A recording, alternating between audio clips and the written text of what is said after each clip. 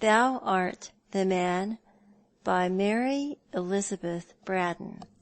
Chapter 16. In the grey distance, half a life away. Sir Joseph and his daughter had been at home nearly a month, and the grouse were being slaughtered on the moors. Lord Penrith was at the castle with a small party of shooters, and had ridden over to Ellerslie twice within a week, and on his second visit had lunched alone with Sir Joseph, a visit that had lasted late into the afternoon, the two men strolling up and down the terrace after luncheon, smoking their cigars. Sir Joseph's Infantas and Harry Clays were famous among his friends, and talking confidentially. Urquhart had been at Ellerslie on neither occasion. Indeed, Penrith had made a point of his brother stopping to represent him with the shooters. "I didn't know you cared about Sir J.," said Urquhart sulkily when he heard of the second visit to Ellerslie. "I don't know what you mean by caring. Sir Joseph is a shocking old bounder, but as good as gold, and if one didn't consort with bounders nowadays, one would have to take to a cavern in the desert." "But you are so exclusive," sneered Urquhart, "and you care so little about society. You could afford to do without the bounders." "No doubt I could, in a general way, but I can't afford to do without Sir Joseph Higginson. I like the man, and I like his cigars, and I like his daughter." "Oh," exclaimed Urquhart with a sudden drop of his lower jaw. "That's the way the land lies, is it?" "Yes," answered Penrith, "that is the way. Have you any objection?" "Objection? Of course not. The younger must give way to the elder. I am no Jacob." Penrith laughed a short, dry laugh as he stepped lightly into his high dog-cart. Poor Hubert. Well, he had had long innings with the heiress, and it was Penrith's turn now. The fortress might be invincible, but putting a woman's fancy out of the question, and it was evident that Miss Higginson had no fancy for Urquhart, the suitor who could offer a coronet must have the better chance. He had found Sir Joseph a broken man.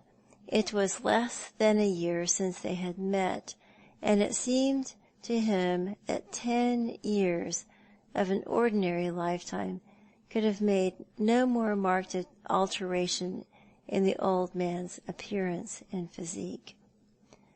Penrith knew that in dealing with so shrewd a man as Joseph Higginson, any beating about the bush would be useless.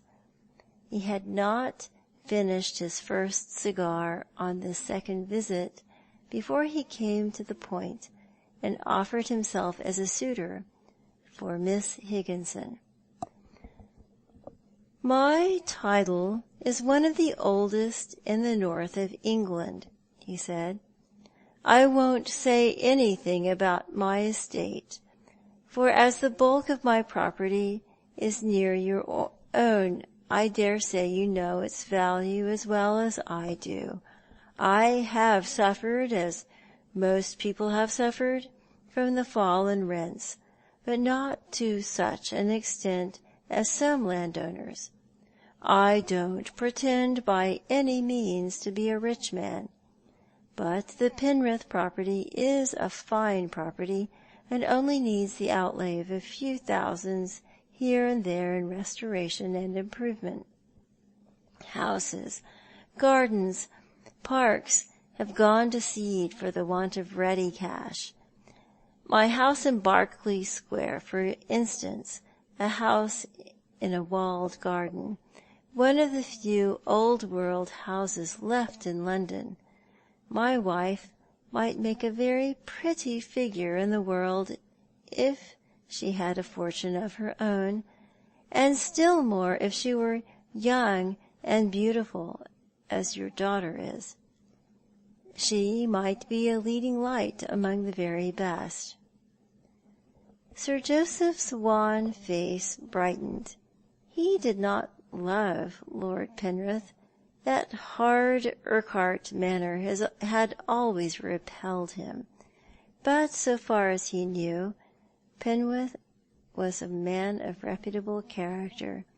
Such dark things as had been said of Hubert Urquhart had never in Sir Joseph's hearing been said of the Earl. It was known that he had tried and failed to marry wealth on more than one occasion, but that failure could hardly be considered disgraceful. Sir Joseph wanted a coronet for his daughter. Last year, perhaps, strong in the bold ambition of a self-made man, he might have considered this particular coronet hardly good enough. He might have aspired to ducal strawberry leaves, or at least to rank allied with more prosperous fortunes than that of Penrith. But since that calamity of last May, a weariness of life had come upon him, and he wanted to see his daughter married as soon as possible. He was perfectly frank with his visitor. "Only 6 months ago I was looking forward to Sibyl's first season with a good deal of pleasure," he said. "I loved to think of the splash she would make in society with her fresh young beauty and her expectations. I wanted to see her admired and followed, and to pick the best man among her followers. But I'm not so keen upon next year as I was a little time ago. I'm breaking up, Penrith. I fancy my race is nearly run. I suppose I used to think myself immortal, for I was always castle-building about the future, my grandchildren, my great-grandchildren even. I thought I might live to see new generations. God knows what I thought. Ridiculous in a man of 70. Well, that's over, and now I'm anxious to see my daughter settled, as people call it, before the curtain falls. That dark curtain comes down unexpectedly sometimes, especially where a man has worked his brain as I have worked mine. A fibre snaps, and the tale is told." Penrith murmured some soothing remark about a fine constitution, a green old age. "Men live well into the 90s nowadays," he said. "Some men do. I shan't," answered Sir Joseph briefly. "I've had the tap of Constable Death on my shoulder, and the notice to move on. If Sibyl likes you well enough to be your wife, Lord Penrith, likes you as well as her mother liked me when we married, why, I will back your suit, and I will make such a settlement as will secure her fortune against all contingencies, but which will not be illiberal towards you. There shall be margin enough of available capital to restore the family seat and the house in town, and to improve every homestead and cottage and every acreage on your estate. If she can but like you, that's the question." "I hope it may not be impossible for me to win something even better than liking," said Penrith with a stately air. It ought not to be a hopeless task if the young lady's affections are disengaged, and I take it that in the retirement of Ellerslie she is hardly likely to have met anyone worthy of her notice. No, she is heart whole, I have no doubt, Sir Joseph answered somewhat confusedly. She was terribly upset at the trouble we had here last May, our poor Marie's death and Mountford's arrest. Mountford is a kind of cousin of my daughter's. A dreadful business altogether. She misses her adopted sister. She has not been the same girl since, and any more than I have been the same man. Neither of us can forget. Penrith looked at him keenly at that mention of Mountford, and then, in a cold, incisive tone, he said, "A shocking business indeed, Sir Joseph. I conclude that there can be no doubt of Mountford's guilt, so far as an epileptic can be held guilty of a crime committed in a paroxysm of his disease." "I don't know about that. Indeed, I am very doubtful. I should never have believed in his guilt if he had not broken out of jail. Till I heard of his getting away like that, I could have staked my life upon his innocence. But if not he, who could the murderer have been? God knows. Some roaming devil who might have murdered her for the sake of her trinkets, a gold bangle, a diamond ring I gave her on her last birthday, and which she always wore. The fact that the trinkets were not taken proves nothing, for the murderer might have been surprised by Braddon's appearance on the scene.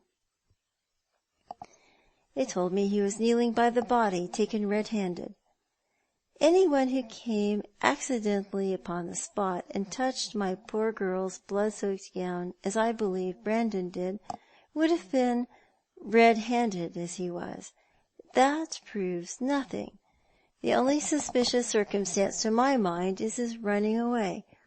Mighty suspicious. Painful story altogether, Sir Joseph. I am sorry for Lord Allendale and the family. I need hardly say that I am still more sorry for you and your loss of a dependent you are fond of in such a tragic manner. My loss of a dependent. Yes, of whom I was fond. A dependent. I dare say that you have heard people speculate upon the relations between Marie Arnold and me.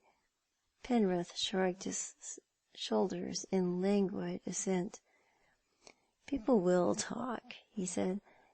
I am the last to trouble myself about what the world says, in print or by word of mouth. People may have said that I should hardly have been so fond of a mere dependent, and that Marie Arnold must have been my daughter.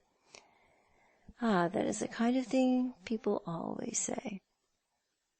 Well, in this case they were right. She was my daughter. Penrith bent his head gravely. I am flattered by your confidence and your directness, he murmured. You're entitled to my confidence. There should be no secrets between us if you are to be my son-in-law. There should be no afterclaps, no asking for explanations. You know pretty well what I am myself. You shall hear all there is to be told about Marie Arnold's birth and parentage. Sir Joseph, if this revelation be in the least distressing to you, I must beg you to let the matter rest. I do not seek to pry into your history, nor could a flaw of that kind in the record of your earlier life lessen the respect to which your character and position entitle you, and which you must always receive unstintedly from me. Men of the world do not look severely upon such indiscretions. Pray let it pass. No, it will be a relief to tell you. I have been a most miserable man since my poor girl's death. I am not superstitious, but sometimes I think that her cruel death was a judgment upon me. I ought to have recognized her as my daughter. It would have been easy enough, my dear wife being gone, to assert a previous marriage. Sybil would never have disputed the fact, and Marie could have been told to hold her tongue as to the date of her mother's death. I ought to have given my girl her rightful position as my daughter, not my heiress, but my amply dowered daughter. But I was a hypocrite and a coward. I allowed myself to be talked about as the benefactor of an orphan. I allowed my own flesh and blood to wear the livery of dependence. Well, the story is short and common enough.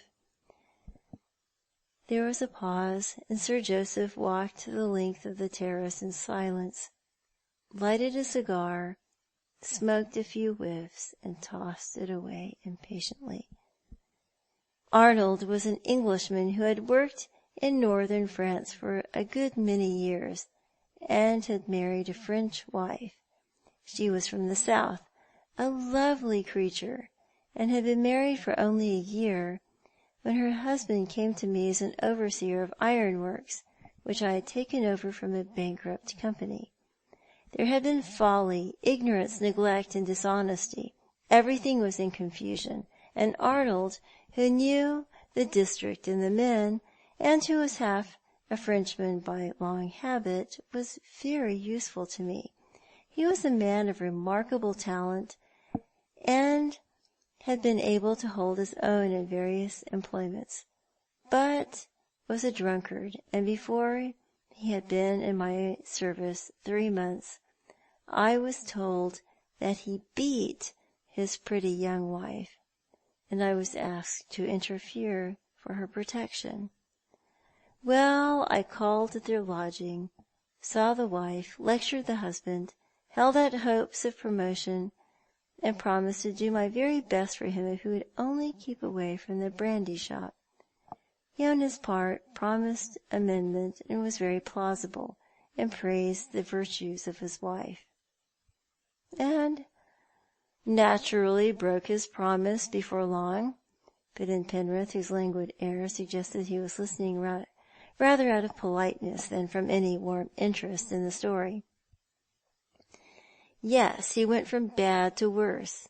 He was a valuable servant, knew the place and the plant, and where all had been chaos, his knowledge and experience were particularly useful. But he was not a fit man to be in a post of authority, and there were continual complaints. I threatened dismissal, but did not dismiss him. I saw his wife, and tried to bring her influence to bear upon him. But she was not a clever managing woman. She was pretty, and flung herself upon me for protection in her helplessness, complained of his violence, regretted her happy home in the south. Her people were poor, but they had always been kind. With her husband she was often in fear for her life. I urged her, things being as bad as this, to go back to her family. I offered to send her home, but she was timid and irresolute. If she were to leave George Arnold, he would follow and bring her back, and her position would be worse than ever. I could do nothing. Another pause, another cigar lighted and flung away, and then Sir Joseph went on hurriedly. The crisis came one summer evening, just as it was growing dark. Arnold had been drinking all day, drinking and leaving his work to be done by a subordinate. I was afterwards told that he had not been sober for a week. There was a desperate scene, and his wife fled from him, came to my lodgings, and asked me to shelter and protect her. Well, Lord Penrith, You know what usually happens in such a case as that. She stayed with me. It was rather for fear of him than love of me that she stayed, I believe. It was only with me that she felt herself safe. As the owner of the works, and as a rich man, I was looked up to, and she fancied herself safer with me than with anybody else. George Arnold came to my lodgings on the following day, only half sober, threatening and violent, and I flung him out of doors like a dog. What pity could I have for a man who had taken a young, lovely creature into his keeping, and then had ill-used her from the very beginning of their married life? I had no pity, no compunction where he was concerned. But it was an awful thing to hear the next morning that he had been killed on the railroad, and that it was more than likely that he had thrown himself in front of the train. No one knew that his wife had been under my roof at the time of his death. I provided a new home for her in a village 3 miles from the works. I did all I could to save her character, and I believe I succeeded. No one ever said that Louison Arnold was more to me than an ill-used woman whom I had befriended. But she was fond of me, poor girl. Her heart turned to me in her loneliness, and for half a year after her husband's death, she and I were all the world to each other, and all my leisure hours were spent with her. I made her the promise which, I suppose, most men would have made in such circumstances. I promised to marry her, and I meant to keep my promise. Later on, after the birth of her child, but she had an unhappy disposition, fretful, exacting, jealous, and the bond of love had worn very thin before my daughter was born. The child's coming might have strengthened the tie, and I might have kept my promise like an honest man, but Louison's conduct at this time was trivial and foolish. I discovered a flirtation with one of my clerks. I was very angry, and took her back to her native town in Provence at an hour's warning, and established her with her child in the house which she inhabited for the rest of her life. I allowed her a comfortable income, and I paid for her daughter's education at a convent near the mother's home. But I never saw her after my marriage. Love had long died out, and I could have approached her almost as a stranger, but I felt that to look upon the face of the woman who had been my mistress would have been an offence against my wife. End of chapter 16.